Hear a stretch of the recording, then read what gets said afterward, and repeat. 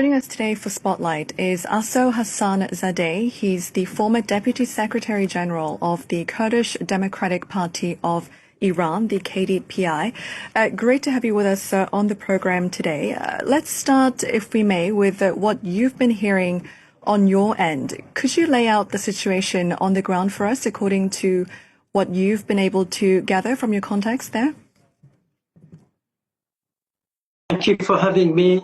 First of all, I would like to rectify something that has been said in the opening of this news edition.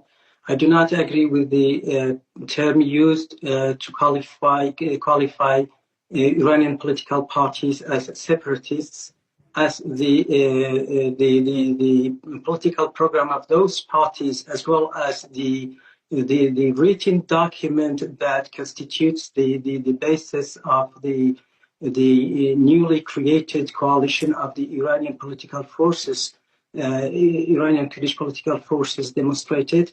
Our political parties are continuing the struggle for the achievement of national rights of the Kurdish people within the framework of a democratic Iran.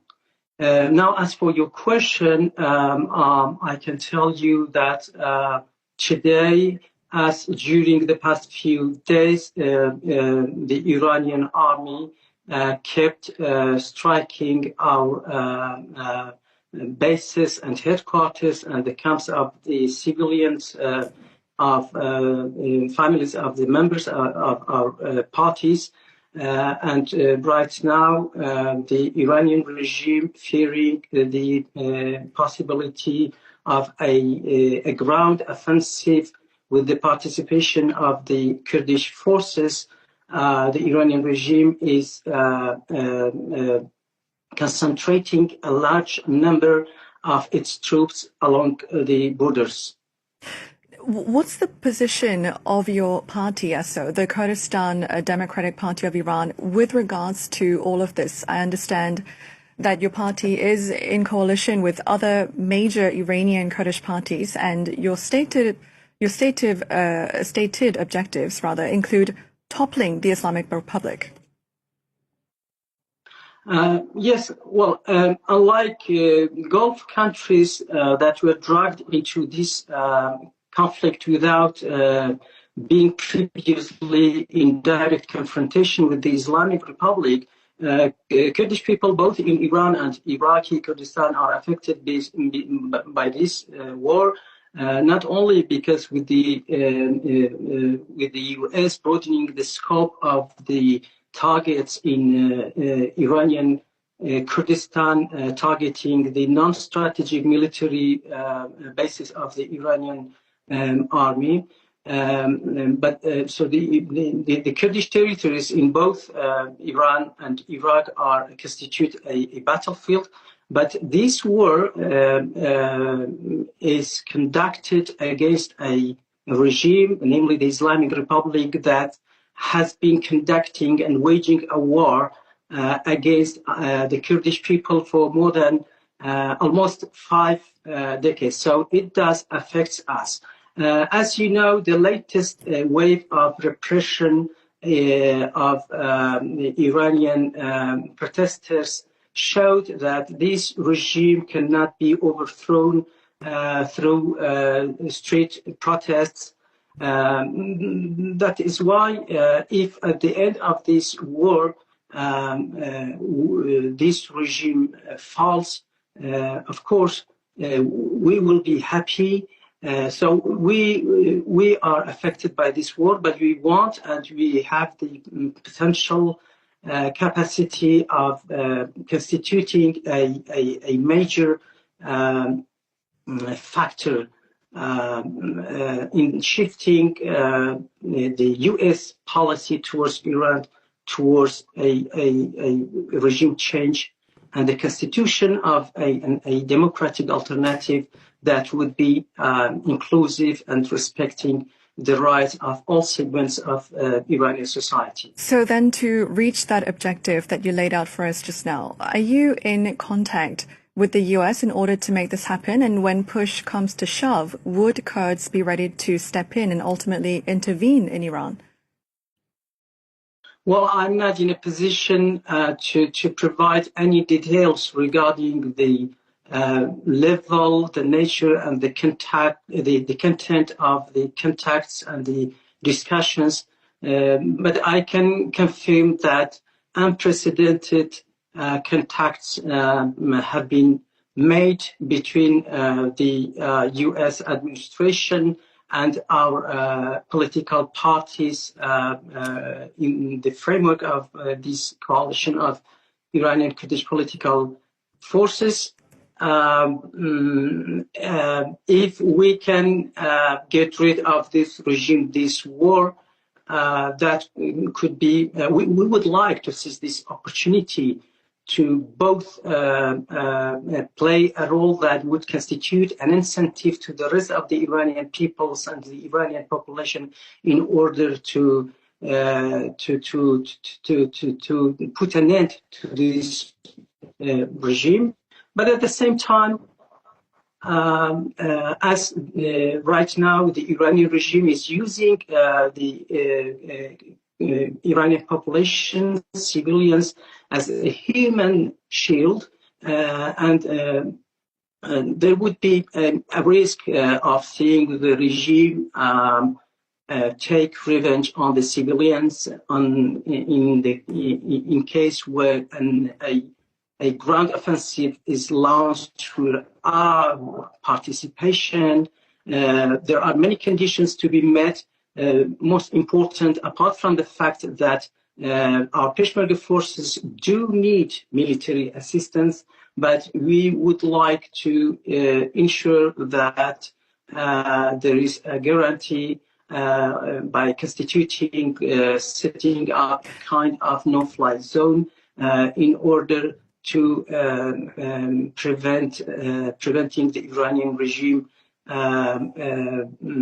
take such a revenge on our civilians. So many conditions to be met, you say, but if we were to imagine, a direct confrontation here, what military capabilities do the Kurds have, and hypothetically, how would the US and or Israel amplify such operations? Well, I'm not a military expert, but I can tell you that Iranian Kurdish political parties have been fighting against this regime from the outset because of the presence of the headquarters and bases on the Iraqi Kurdish territories, and the fact that they are deeply rooted among the population, and they have a huge leverage on the population, which is of Kurdistan, which is the most mobilized and most politicized part of the Iranian population. And in the past, even before the war, each time our parties called for general strikes, those calls were systematically responded favorably by our population. So our Peshmerga forces and our parties have this leverage on the population, have very strong links, and they have a perfect knowledge of the ground and a huge determination to put an end to this regime. But from the military perspective, I think even with the missile and drone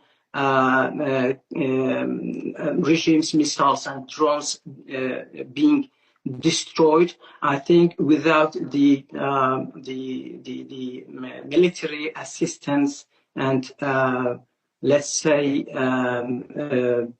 air coverage of any military move from the Kurdish side, although I am sure that our Peshmerga forces are in the capacity of taking over Kurdish territories and even beyond, but I'm not sure that without such an assistance, such a military assistance, the regime won't crash or crack down such a move. So in terms of, your relationship with the Iraqi government, because as I understand it, Baghdad's position is shaped mainly by relations with Iran. How does this complexity then tie into what's happening now with Tehran? Well, as you know, our base headquarters and bases and our Peshmerga forces are based mainly on the Iraqi Kurdish territories, which, as you know, constitute an autonomous entity. The fact is the Iraqi Kurdistan, especially during the past days, even cities have been targeted. The strikes again, Iranian strikes against Iraqi Kurdistan targeted not only military bases but also Iraqi Kurdish cities. So today there is a fear, of course, from the Kurdistan regional government as for the next step in this war. But one should note that the Iraqi Kurdish government does not have much room for maneuver.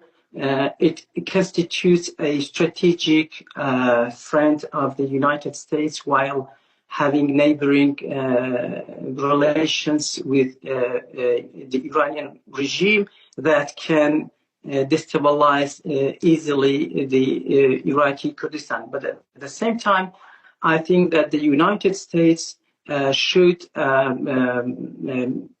foresee the assistance of both Kurdish Iranian Kurds and Iraqi Kurds in the same package, because if the Iranian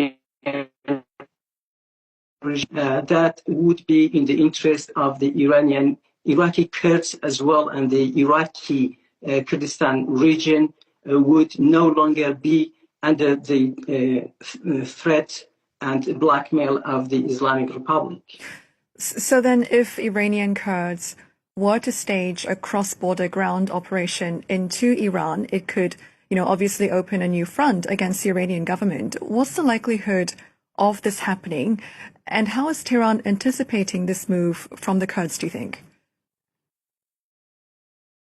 Well, the Iranian regime's anticipation is twofold. On one side, they are continuing the traditional rhetoric regarding our real and final motivations by accusing us of separatism, an argument that is also perceivable among some segments of the Iranian opposition, especially the Pahlavi camp, which is regrettable. And on the other side, as previously said, the Iranian regime is already concentrating a large number of its troops along the borders and planning to use Iranian Kurdish cities as a human shield. So the task would not be easy, but in any case, our political parties are ready for any scenarios. So then to what extent could an armed uprising in Iran's Kurdish region then perhaps galvanize other Kurds around the region? Well, other parts of Kurdistan, as you know, have been already active as we are. So, of course, that would affect the situation in the other parts of Kurdistan. But while belonging to the same nation whose territory has been divided without our consent, we do consider that the Kurdish question in each part of Kurdistan has its own peculiarities, and it's up to the political forces of each part of Kurdistan to decide what would be next. But in any case, I can tell you there is a strong sense of solidarity. Well, there is hope and fear at the same time.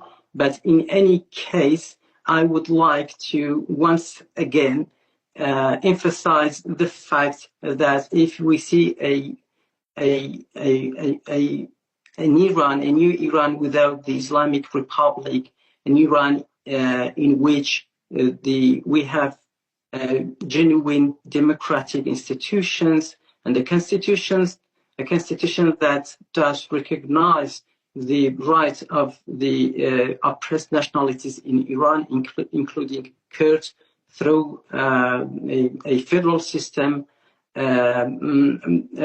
it would not lead ipso facto to the creation of a greater Kurdistan.